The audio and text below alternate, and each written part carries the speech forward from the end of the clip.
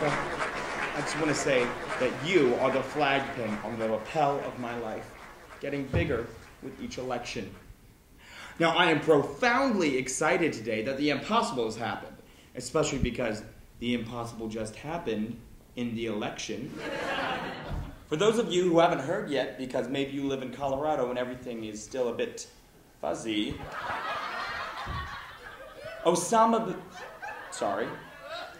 Obama bin, wow, America, that one was on me. That's old Colbert's fault.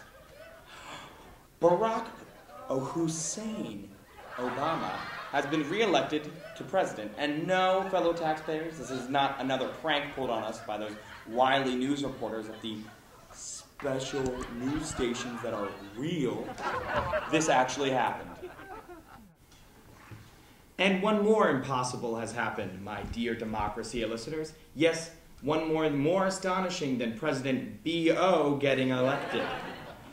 Time travel has finally been made available to the public. And by public, I mean me, America. And by finally made, I mean the Daily Show had held it hostage. What? Yeah, it's a conspiracy. What should I do with this new great gift? Should I go back to 1998 and tell J.K. Rowling who really should have had the time turner in Prisoner of Azkaban in order to save Harry's parents from Lord... I almost just said his name.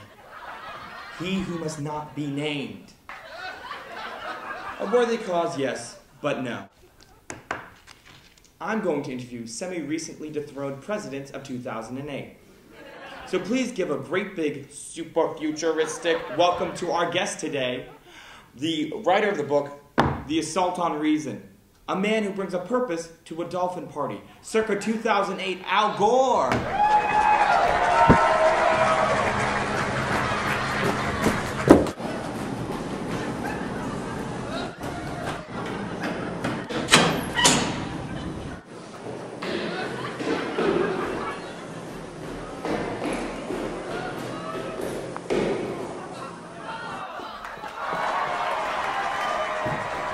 Hello and welcome to our show. It's an honor having you here. Thank you, Stephen. So, Al Gore. Al still sore Gore. You've been a rep in the House of Representatives, a senator for Tennessee, vice president, and now an author. Yes. Kind of a step back, don't you think? I mean, when you were vice president, it was just you. You had no one looking over your shoulder, except for that pesky president guy. And now, as an author, you're literally one in millions. Heck, you're not even the only one at this table. Was it a step back for you? I would say so until I won my Grammy. Thank you, America. Let's get some politics out of the way, shall we? But first, to the Politodome!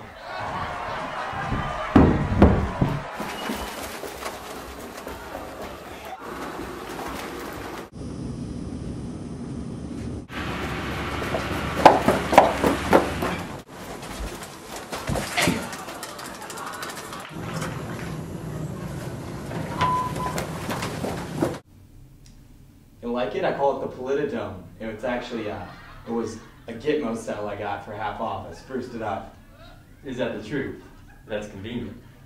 Okay, let's leave the jokes to me. But, let's get down to business first. You, do not like Bush. I think he's misunderstood. You say he crossed a line in his presidency. I call that initiative. Well, you can call it whatever you want, Stephen, but it doesn't make George Bush overstepping Congress any less unacceptable. He's our president. If anyone should, he should be the one to uphold the checks and balances set in place by our forefathers. But if anyone's going to do it, shouldn't it be the guy who doesn't have to convince like 100 House members? I mean, it's his duty to make sure the rules haven't gotten dusty and haven't lost their touch. I mean, sure, they've worked for a couple centuries, but who's to say the Bush administration isn't a game changer? Now, this is exactly what I mean by assault on reason. We can't justify a president taking liberties he doesn't have, especially when it ends in a war like it did. Well, I mean, if you're gonna have a terrorist attack against our country and kill a couple hundred of our citizens, we'll stop talking to you. We'll start rumors about you. We'll even go to war with you. How about that, Al? Huh? You're evading reason. You're not addressing the way he went about instigating the war. Okay. How do we know there was even reason to begin with? Al? Pretty steep claim. That's what it sounds like to me. And how do we assault something when we don't even know if it's there or not? But reason existed in our nation's past. It was there at the creation of the Constitution, at the Emancipation Proclamation, and Kennedy's New Frontier. And nothing after that. Some, but very little. It's a progressive disease, Stephen. So what you're saying is the last bit of real reason ended with the Democrats. Well, then doesn't it follow that the Democrats are responsible for ending reason itself? Or the Republican that entered into the office after him. So that's the beginning of the end. Perhaps, but it's accumulation of many factors. I have a theory, Al. You want to hear it? Sure. It takes a couple of years for each president's policy to start taking effect. Sometimes even whole terms. Couldn't it be when all these alleged bad things started happening during the Bush administration? It was just Clinton before him. And say around 2008 when things started getting better, that was the real Bush effect? Try that for an inconvenient truth. I'm sorry, Gore, did I just assault your reason? I think you did, Stephen. But we actually started seeing the results of presidential policies much sooner than that. Usually about halfway through the term do they begin fostering results. Let's talk about another topic you bring up in the book, technology, specifically television. Okay. You say television is a tool of manipulation? It really is. Think about it. The music, the images, the pathos-induced words of promise, it's all been researched, tested, and used to defend, and more often offend. You mentioned a specific instance here in your book that where one of your early team members said something about how you could put out a certain commercial and you'd get a certain percentage increase in the polls? Yes, they predicted 8%, and that's exactly what we saw. It's impressive, but also disturbing at the same time. So shouldn't we be worried about the government using these mind-controlling commercials on our gullible citizenry? Possibly. So less government involvement is the answer? Well, not exactly. But maybe. Well, no. What we need to do is be aware. Aware that politicians are conscious of everything that tugs at our heartstrings and our gut strings, and know how to manipulate them. Well, Al, I don't know about you, but I don't want a politician anywhere near my gut strings. I don't think anyone does.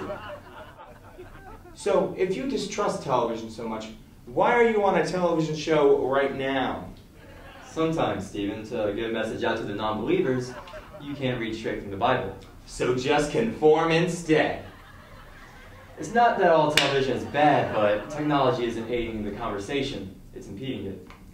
Well, what if I told you, Al Gore 2008, just a few years down the road, say 4 or so maybe, the internet and social media will be fostering much more conversation than the web in 2008. Maybe in 2012, social media sites like MySpace, which stunt networking and conversation, will fall by the wayside to other sites that promote political conversation. I'm not sure I'll believe that until I see it. Global warming controversy then. What's the issue for you there? Global warming used to be an accepted thing, Stephen, but now all of a sudden people think it's a myth, something made up for the government's benefit. And you don't think that? And couldn't the government do that? Isn't it part of the government's job to instill fear in the hearts of its people? A good leader trusts the facts, especially when 98% of the nation's top scientists who research global warming have found it to be a real concern. Al.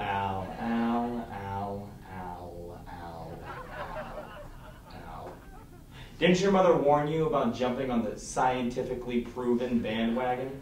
Well, I'd rather be there than left in their dust sitting on the side of the road on the unsupported bench. Oh, come on, Al. If the rest of the Democratic politicians ran for president, would you...